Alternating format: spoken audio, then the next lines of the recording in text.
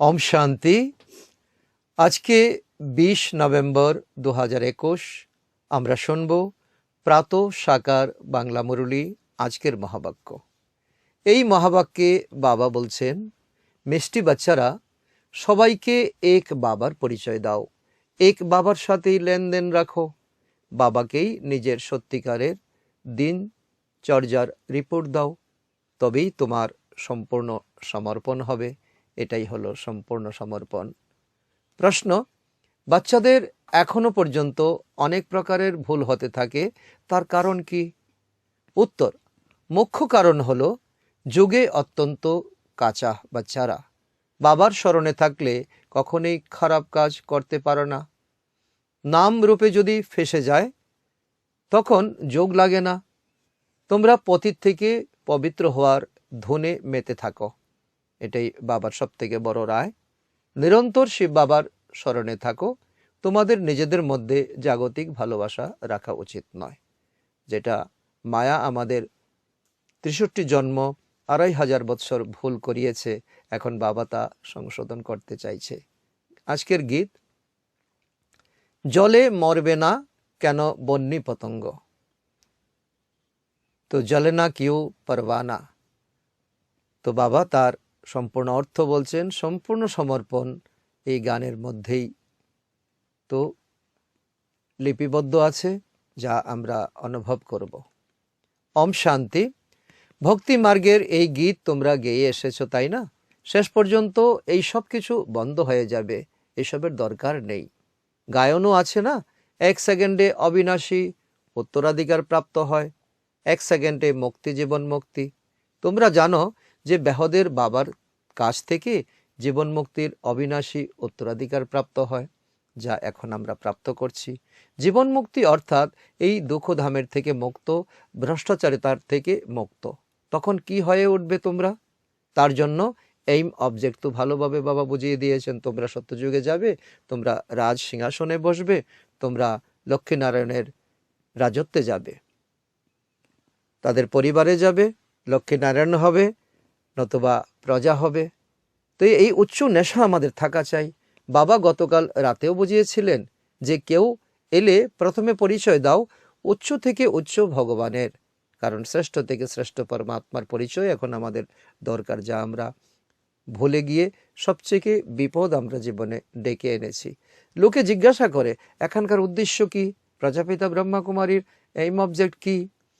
তো প্রথমে পরিচয় দেবে অসীম জগতের পিতার, পরমপিতা পরমাত্মার। তিনি এখন বলেছেন যে আমাকে তোমরা স্মরণ করো, তাহলে তোমরা পবিত্র হয়ে যাবে।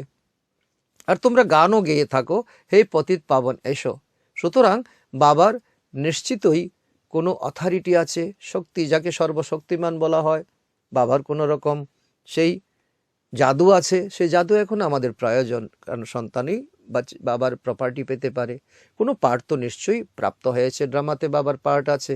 তাকে বলা হয় উচ্চ থেকে উচ্চ পিতা, শিক্ষক এবং সদ্গুরু।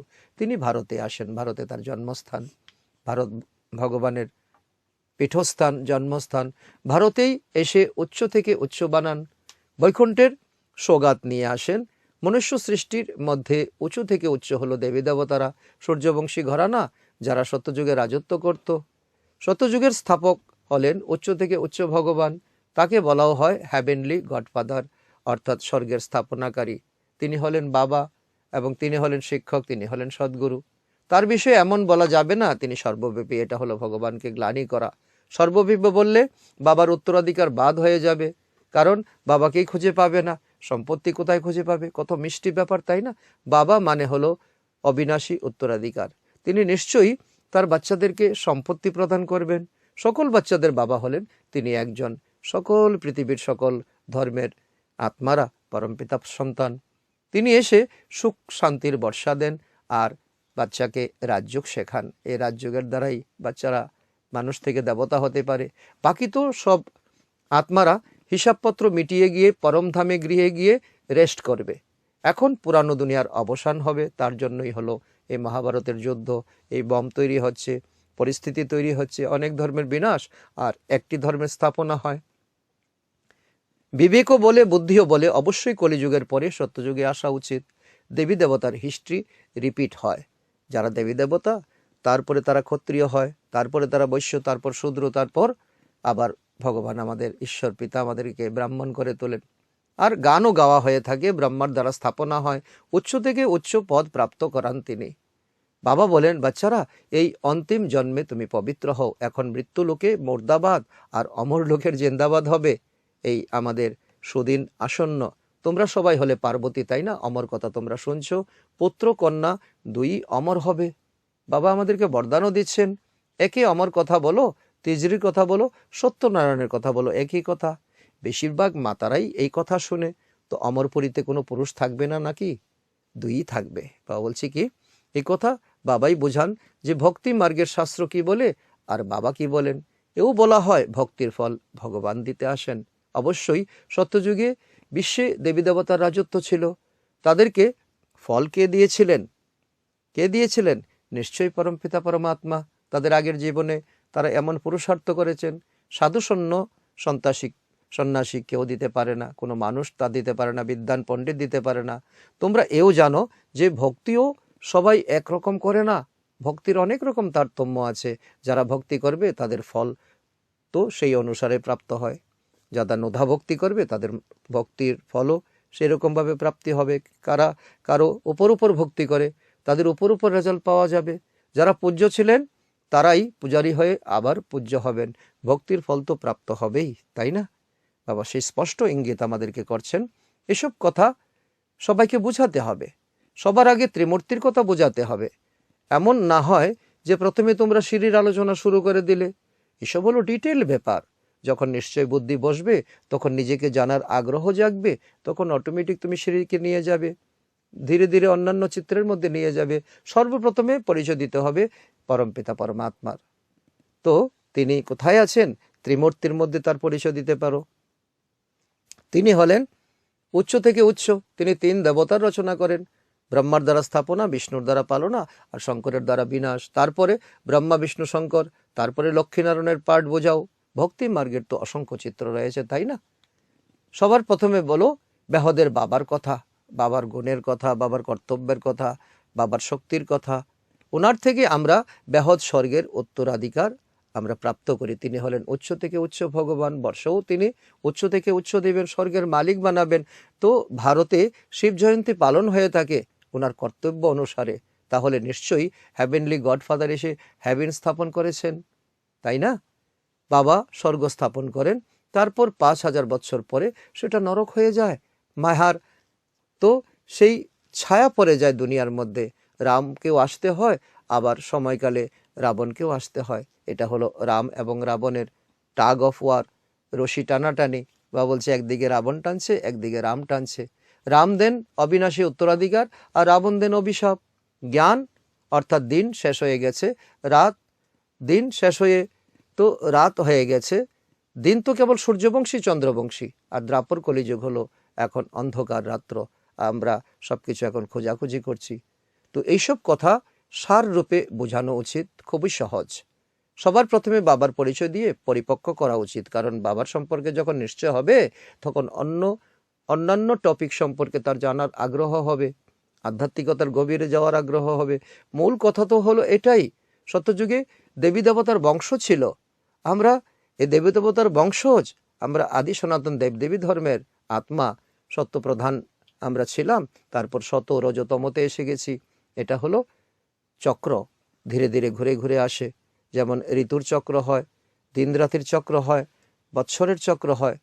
তো একটাই জিনিস চিরকাল বজায় থাকতে পারে না, একের পর এক বা বলে কি ঘুরে ঘুরে চক্রবৎ পরিবর্তনতে সুখা নিচ দুঃখা নিচ। বাচ্চারা, তোমাদের বুদ্ধিতে এটাই যেন স্মরণে থাকে যে উচ্চ থেকে উচ্চ বাবাকে স্মরণ করতে হবে। এটাই আমাদের হলো সব থেকে বড়, খাঁটি এবং পরম কর্তব্য। এই স্মরণেই খুব আমরা কাঁচা। বাবাও নিজেদের অনুভবের কথা বলেন যে স্মরণ করতে মাঝে মাঝেই ভুলে যাও তোমরা, কিন্তু ওনার খুব খেয়াল থাকে ব্রহ্মা বাবার। সেই কারণে তো বলা হয়, তো ওনার মাথায় দায়িত্বের বোঝা, যে স্মরণে কিভাবে থাকতে পারে। বাবার মাথায় যে এত বড় দায়িত্ব, এত মামলা নিয়ে বাবার চিন্তা ভাবনা, তো বাবা কি করে স্মরণ করবেন? বাবার তো সারাদিন কত বিষয় নিয়ে কত কিছু ভাবতে হয়, কত বিষয় সামনে এসে উপস্থিত হতে থাকে, কত পরিস্থিতি। কত রকমের টানাপোড়ন। বাবার সকালে সকালে উঠে স্মরণে বসতে বেশি মজা আসে, কারণ বাবা তো সারাদিন সময় পান না। সাথে বাবার নেশাও থাকে। বাস এই স্থাপনা হয়ে যাওয়ার পরে আবার আমি বিশ্বের মহারাজা হব, নারায়ণ হব। বাবা বলে কি সেই রাজগদ্দিতে আমি বসবো, সে আমার ড্রেস হবে, সে আমার রতনজরিত ড্রেস হবে, আমার কাঞ্চনকায়া শরীর হবে। বাবা এইভাবে নিজের নেশাকে অনেক অনেক চড়াতেন, তাও অমৃতবেলা। বাবা যেমন নিজের অনুভবের কথা বলেন যে সবার আগে মুখ্য বিষয় হলো বাবার পরিচয়, আর এই বিষয়টাকে সবাই গুরুত্ব দিয়ে ভাবতে হবে। আর যে কোনো বিষয়ে যেটাই বলবে বলো, তো এসব কথাতে কোনো কাজ নেই। প্রথমে বাবার পরিচয় দিচ্ছি, যিনি হলেন উঁচু থেকে উঁচু পরমপিতা পরমাত্মা, যিনি হলেন সর্বশক্তিমান। ওনার পরিচয় পেলে আপনাদের জীবনের সকল কিছুর পরিবর্তন হবে। তিনি উচ্চ থেকে উচ্চ অধিকার দেন, মালিক বানান স্বর্গের। আর্য সমাজের লোকেরা দেবতার চিত্রকে মানে না, আর তোমাদের কাছে চিত্র দেখলে তারা ক্ষুব্ধ হয়ে ওঠে। বাবা বলে কি এই সংঘাত তো থাকবে দুনিয়াতে, রাত্র দিন তো থাকবেই। যাদের বর্ষা নেওয়ার আছে তারা শান্তিপূর্ণ এসে বসে শুনবে এবং ঈশ্বর থেকে অধিকার প্রাপ্ত করবে। মুখ্য কথা হলো একটি, তা হলো উচ্চ থেকে উচ্চ ভগবানের। উচ্চ থেকে উচ্চ ব্রহ্মা বিষ্ণু শঙ্করকে বলা যাবে না। উচ্চ থেকে উচ্চ বাবার থেকেই অবিনাশী উত্তরাধিকার পাওয়া যায়, তিনি হলেন পতিত পাবন। এই কথাটিকে ভালোভাবে পাক্কা করে নাও, আর নিজের কাছে পাক্কা হলে অন্যকে তোমরা পাক্কা করাতে পারবে। God is one. বাবা মানেই হলো উত্তরাধিকার। বাবার মধ্যে উত্তরাধিকারের গন্ধ যেন লুকিয়ে আছে। আর বাবা হলেন গোল্ডেন চাবি। ভারতে এসে তিনি উত্তরাধিকার প্রদান করেন। ব্রহ্মার দ্বারা নতুন দুনিয়া স্থাপনা, শঙ্করের দ্বারা তিনি বিনাশ করান। তিনি নিজে করেন না, করান। এই মহাভারতের যুদ্ধের দ্বারাই স্বর্গের গেট খোলে। পতিত থেকে পবিত্র হও তোমরা, বেহদের বাবার কাছ থেকে স্বর্গের বর্ষা প্রাপ্ত করছো। দ্বিতীয় আর কোনো কথা নয়। বাবা বলছে কি এটাকেই নিয়ে তোমরা ব্যস্ত থাকো, এটাই তোমাদের জীবনের সবচেয়ে বড় টার্নিং পয়েন্ট, বাকিগুলো হলো সেকেন্ডারি। এই একটি কথাই বাবা বলেন, আমাকে স্মরণ করো যাতে তোমাদের মধ্যকারের খাদ বেরিয়ে যায়। আত্মার মধ্যে যে খাদ পড়ে আছে, রাবণের যে পরছায়া পড়ে আছে, এই একটি কথা যখন বুঝে যাবে তখন অন্য বিষয়গুলো অটোমেটিক তোমার কাছে ধরা দেবে। এই যে সব চিত্রগুলি রয়েছে, তো এগুলো হলো খুচরো বিষয়। আমি তোমাদের বলছি জ্ঞান অমৃত পান করে পবিত্র হও। আর তারা বলে আমার বিষ চাই, আর বাবা বলে কি অমৃত নাও। তো এই বিষ চাওয়া আর ও বাবার অমৃত দেওয়া, তো এটাই হলো তারাই নেবে যারা বুদ্ধিমান, আরও বুদ্ধিমান, যারা ঈশ্বর থেকে পরম শক্তি পেতে চান। তার উপরে এইসব চিত্র রয়েছে। তখন তারা বলে অমৃত ফেলে বিষ কেন খাবো? এই রুহানি নলেজ স্পিরিচুয়াল ফাদারই দেন। সেই পিতা সর্বব্যাপী কি করে হতে পারেন? তোমরা বাবাকে সর্বব্যাপী মানতে চাও তো মানো, আমরা এখন মানব না। আগে আমরা মানতাম, এখন বাবা বলছে এটা ভুল। আগে আমরা মায়ার রাবণের দ্বারা আমরা ভুল করে এসেছি, এখন আমরা ভুল করব না। বাবার থেকে উত্তরাধিকার পাওয়া যায়। এখন ভারত হলো নরক, তাকে পুনরায় আমরা স্বর্গ অর্থাৎ পবিত্র গৃহস্থ আশ্রম আমরা বানাচ্ছি। প্রতিটা ঘর মন্দির হবে, স্বর্গ হবে। তো আদি সনাতন দেবদেবী ধর্ম গৃহস্থ ধর্ম আশ্রম ছিল, এখন হলো অপবিত্র অর্থাৎ অপবিত্র দুনিয়া। তো বাবা বলছে কি বিশেষ দুনিয়া। বাবা বলেন আমাকে স্মরণ করো, উচ্চ থেকে উচ্চ শিব বাবা হলেন ক্রিয়েটার ডাইরেক্টর। তিনি হলেন ক্রিয়েটার ডাইরেক্টর।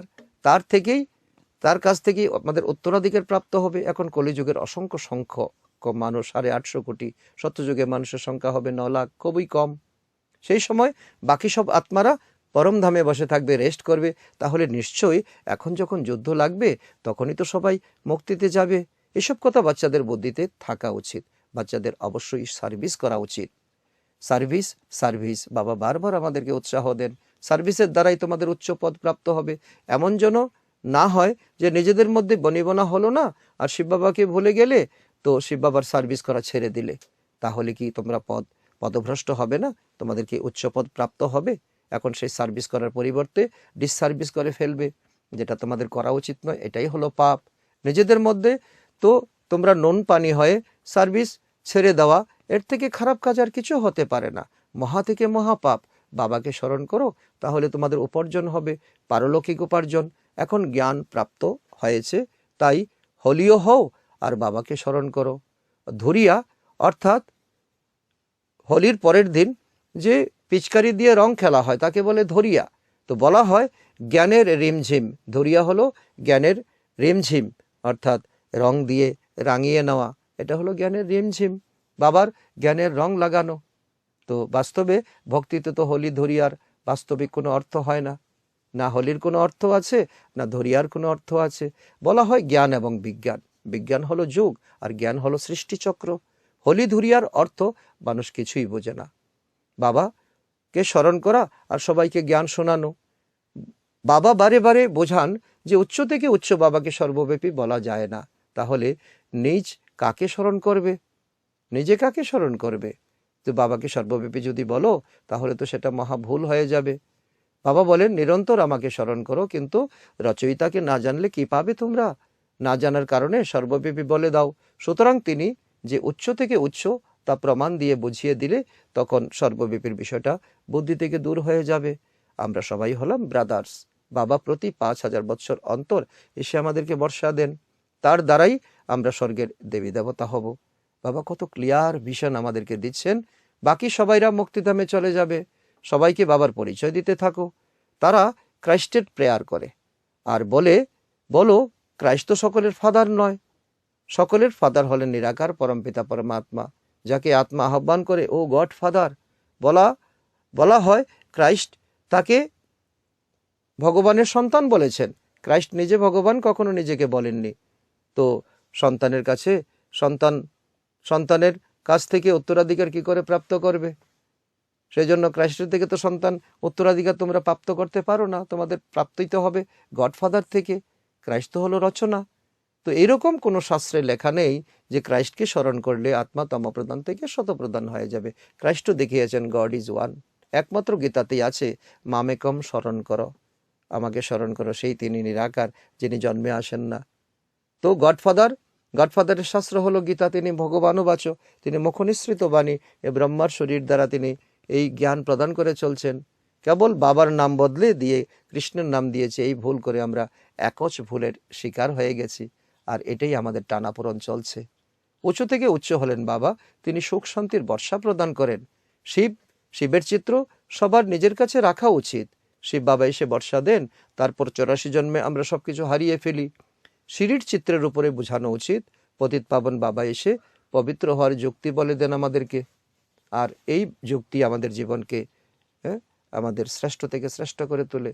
তারা বলে হে কৃষ্ণ ভগবানও বাঁচো, তোমরা বলে থাকো শিব ভগবানও বাঁচো। ফার্স্ট ফ্লোরে দেখো সর্বোচ্চ শিব বাবা থাকেন পরম ধামে, তারপর সেকেন্ড ফ্লোরে হলো সূক্ষ্ম লোক, আর এটা হলো থার্ড ফ্লোর, যেটা মনুষ্য সৃষ্টি লোক। সৃষ্টি হলো এখানে, পরে সূক্ষ্ম লোকে যায়। বাবা বলে কি যাওয়ার সময় সূক্ষ্ম লোকে ভায়া আমাদের পরম ধামে যেতে হবে, আর সেই সূক্ষ্ম লোকে কি বসবে? ট্রাইব্যুনাল বসবে, শাস্তি লাভ হবে, শাস্তি ভোগ করে পবিত্র হয়ে চলে যাবে পরম ধামে। আর যার যতক্ষণ বসে থাকার ততক্ষণ বসে থাকবে, কিন্তু পুণ্যাত্মারা আবার চলে আসবে সত্যযুগে। বাবা সব বাচ্চাদেরকে নিয়ে যাবেন, আর এখন হলো সঙ্গম যুগ, আর একে 100 বছর দিতে হবে সঙ্গম যুগের। বাবা বলে কি সঙ্গম যুগের মেয়াদ হলো 100 বছর। বাচ্চারা জিজ্ঞাসা করে স্বর্গে কি কি থাকবে বাবা? তো বাবা বলেন সেসব পরে যত এগিয়ে যাবে দেখতে পাবে, সবকিছু তোমাদের মন মানসিকতার সঙ্গে মিশে যাবে। আগে তোমাদের বাবাকে জানো, পতিত থেকে পবিত্র হওয়ার ধনে থাকো, স্বর্গে যাও হওয়ার তা হতে থাকবে, তা নিয়ে তোমরা চিন্তা করো না। তোমরা এমন পবিত্র হও যাতে বাবার সম্পূর্ণ বর্ষা তোমরা পেয়ে যাও নতুন দুনিয়ার জন্য। মাঝে কি হবে না হবে তো এ নিয়ে পরে গিয়েও দেখতে পারবে, যখন যেটা হবার তখন সেটা হবে। এসব কথা স্মরণ রাখতে হবে না তোমাদের। তোমরা শুধু বাবাকে স্মরণ করো। স্মরণে না থাকার কারণে সময় মতো বুঝতে পারো না, ভুলে যাও তোমরা, আর যা ভোলা তোমাদের উচিত নয়। কর্মও বাচ্চাদের খুব ভালো করে করতে হবে, কর্মের জ্ঞান তোমাদের থাকতে হবে। বাবার স্মরণে থাকলে কখনো খারাপ কর্ম তোমাদের হবে না। অনেকে খারাপ কাজ করে থাকে, এই জ্ঞানে চলে থেকেও খারাপ কাজ করে বসে থাকে। এমনকি সেই ব্রাহ্মণীকে ভালো লাগে, ব্রাহ্মণের সঙ্গে তার ভাব হয়ে যায়, সেই ব্রাহ্মণী চলে গেলে সেও শেষ হয়ে যায়, ব্রাহ্মণের কারণে সেও মরে গেল। দেখো বাবা বলে কি কত কর্মের গুজ্জ বিষয়, অর্থাৎ বাবার কাছ থেকে বর্ষা নেওয়ার থেকে সে মরে গেল। আর বাবার বর্ষা তার পাওয়া হলো না, একে দুর্ভাগ্য বলা হয়। কোনো কোনো বাচ্চা একে অপরের নাম রূপে ফেসে যায়, অর্থাৎ কোনো দেহদারির সঙ্গে ফেসে যাওয়া। এখানে তোমাদের শারীরিক ভালোবাসাতে থাকা উচিত নয়। বা বলে কি, এখানে যখন তোমরা নিরাকারী স্থিতিকে বুঝতে এসেছো, তো আত্মা আত্মা, ভাই ভাই, কোনো দেহদারির সঙ্গে তোমাদের কোনো সম্পর্ক নেই। নিরন্তর শিব বাবাকে স্মরণ রাখতে হবে, কারো সাথেই কোনো লেনদেন নেই, লেনদেন করা উচিত নয়। বলো, আমাদেরকে কেন দিচ্ছ? তো তোমাদের যোগ হলো তো শিব বাবার সাথে, তাই না? যে ডাইরেক্ট দেয় না, তার শিব বাবার কাছে জমা হয় না, ব্রহ্মার দ্বারা স্থাপনা হয়। অতএব তার দ্বারাই সব কিছু করতে হবে। থ্রো ব্রহ্মা, মাঝখানে যদি খেয়ে নেয় কেউ, তবে শিব বাবার কাছে জমা হলো না। অত্যন্ত সূক্ষ্ম রাজ বাবা বোঝাচ্ছেন, শিব বাবাকে দিতে হলে দাও থ্রো ব্রহ্মা, সেন্টার থ্রো ব্রহ্মায় খোলো। নিজের সেন্টার খুললে সেটা সেন্টার কখনো হবে না। নিজের মন মতে খুললে, বাপদাদা দুজনে একসঙ্গে আছেন, তাই না? তার হাতে আসা, শিব বাবার হাতে আসা, একই কথা। কত সেন্টার রয়েছে যাদের কোনো খবরই আসে না, হিসাবপত্র আসে না। লেখা উচিত, শিব বাবা, এটা হলো আপনার সেন্টারের পোতামেল, সেটার কাছে পোতামেল আসা উচিত, তাই না? বাবা বলছে কি, এটাই তো উচিত, এটাই তো নিয়ম। নিজের কাঁধে কেন বোঝা রাখবে? অনেকেরই শিব বাবার কাছে জমা হয় না, এটাও এতটুকু বুদ্ধি তাদের নেই। হয়তো জ্ঞান অনেক আছে, কিন্তু যুক্তি পায় না। বেশ, আমরা সেন্টার খুলে দিলাম, তুমি যাকে দিলে সে সেন্টার খুললো, সেটা তো অবশ্যই শিব বাবার কাছে পৌঁছায়নি। সেই সেন্টার তখন তীব্র গতিতে এগোতে পারে না, থেমে যায়, তো দম ধরে যায়। সেন্টার যদি খুলতে হয়, তবে শিব বাবার থ্রু খোলা উচিত। শিব বাবা, আমরা এটা দিচ্ছি, এটাকে যজ্ঞে লাগিয়ে দেবেন। বাচ্চারা ভুল করে, অনেক করে, তো যোগে তারা কাঁচা, কারণ তাদের ভুল হতেই থাকে। তো যোগ যদি আমাদের শ্রেষ্ঠ হয়, তাহলে আমাদের জীবনে ভুল আমাদের উধাও হয়ে যাবে। আচ্ছা, মিষ্টি মিষ্টি হারানিধি বাচ্চাদের প্রতি মাতা পিতা বাপদাদার স্মরণের স্নেহ সুমন আর সুপ্রভাত। আত্মাদের পিতা তার আত্মারূপী বাচ্চাদেরকে জানাচ্ছেন নমস্কার, আর আমরা আত্মারূপী সন্তানরা আমাদের বাপদাদা মাত পিতাকে জানাই স্মরণের স্নেহ সুমন আর সুপ্রভাত। ধারণার জন্য মুখ্য সার 1 নম্বর, জ্ঞানের সাথে সাথে নিজের ভবিষ্যৎ তৈরি করার যুক্তিও শিখতে হবে। একমাত্র বাবার কাছ থেকে বর্ষা নিতে হবে। কোনো দেহদারির কারণে হতভাগ্য হয় না। দেহদারির কারণে হতভাগ্য হওয়াটা নিজের পায়ে নিজের কোরাল মারা। নাম্বার 2, নিজেদের মধ্যে কোনো কিছুর কারণেই বাবার সার্ভিস ছেড়ে দেবে না। ভোর বেলায় উঠে নিজের সঙ্গে কথা বলতে হবে, স্মরণ করার পরিশ্রম করতে হবে। বরদান, অনুভবের উইল পাওয়ার দ্বারা মায়ার পাওয়ারের মুখোমুখি হতে পারা অনুভবী মূর্ত ভব। বাবা তার ব্যাখ্যা বলছেন, সবথেকে পাওয়ারফুল স্টেজ হলো নিজের অনুভবী আত্মা নিজের অনুভবের উইল পাওয়ার দ্বারা মায়ার যে কোনো পাওয়ারের যে কোনো কথা বা বিষয়কে, সকল সমস্যাকে সহজেই মুখোমুখি করতে পারে, আর অন্য সব আত্মাদের সন্তুষ্ট করতে পারবে। মুখোমুখি হতে পারার শক্তির দ্বারা, সকলকে সন্তুষ্ট করার শক্তি অনুভবের উইল পাওয়ারের দ্বারা সহজেই প্রাপ্ত হয়ে থাকে। সেজন্য সকল খাজানাকে অনুভবে নিয়ে এসে অনুভবী মূর্ত হও, সেই বরদান বাবা আমাদেরকে দিচ্ছেন। আর আজকের স্লোগান, একে অপরকে দেখার বদলে নিজেকে দেখো আর পরিবর্তন করো। বা বলি কি, স্বপরিবর্তনই হলো বিশ্বের পরিবর্তন। আর আজকের সমান হলো আমি অনুভবী মূর্ত আত্মা। আচ্ছা, ওম শান্তি।